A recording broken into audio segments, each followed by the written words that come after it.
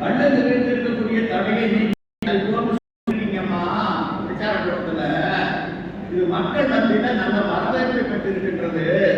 வெறும் வாக்குகளா மாறும். இந்த தேர்தலில் நீங்கள் வெற்றி பெறுவீர்கள், முதலமைச்சராவீர்கள். வாழ்த்துக்கள், வாழ்த்துக்கள், வாழ்த்துக்கள். நன்றி நன்றி நன்றின்னு சொல்லிட்டு போனாங்க. சாதவர்கள் அப்புறம் பார்த்துட்டு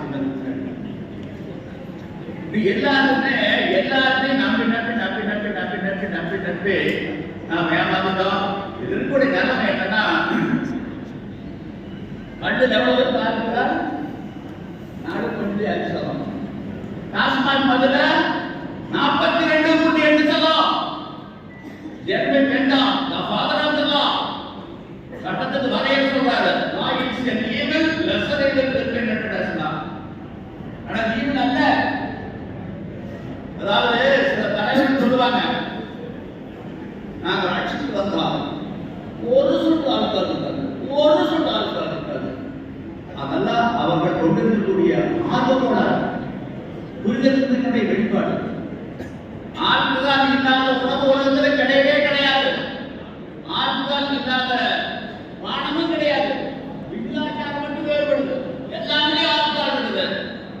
நீங்க தான் பயிர் பண்றீங்க தானே, நாம் விவசாயம் பண்றோம்ல, சேத்தலை ஓட்டுற முன்னாடி சேடை பாய்ச்சணும்ல, சேடை பாய்ச்சிட்டு சேத்தலை ஓட்டி அப்பவே அதே நாடு அடுத்த நாடு நாற்று எடுத்து நட்டா நாற்று துணிக்குமா?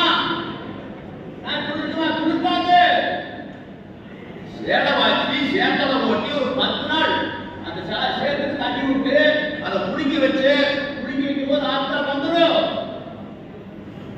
புடிக்க வைக்காம அந்த சேத்துல நீங்க நட்டீங்கன்னா நாற்று வீட்டியும் மேல வந்து அப்படியே காய்ச்சிக்கிட்டே போய் அந்த பிள்ளைகளோட துடுத்து வரும். அதுக்கு ஒரு 10 நாள் ஆகும். ஆனா புளிச்ச சேத்துல நாற்று வச்சுக்கா வச்சா அப்படியே கொடுத்துட்டாங்க. வயிறுக்கும் ஆறுதாங்க. மனிதர்கள், பறவைகள், விலங்குகள், பயிர்கள் அனைத்தும் ஜீவராசிகளுக்கும் ஆறுதல் தேவை. ஆனா தாய் குழந்தை கொடுத்தாங்க. சமீப காலத்துல குழந்தைகளுக்கு, பெண்களுக்கு, சிறுமிகளுக்கு எதிரான குற்றங்கள் கூடிக்கிட்டே இருந்தது.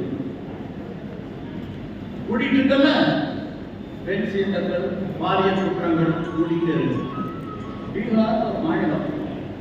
அந்த மாநிலத்துல 9 வருஷத்துக்கு முன்னாடி பூர்ண மதவிலக்கு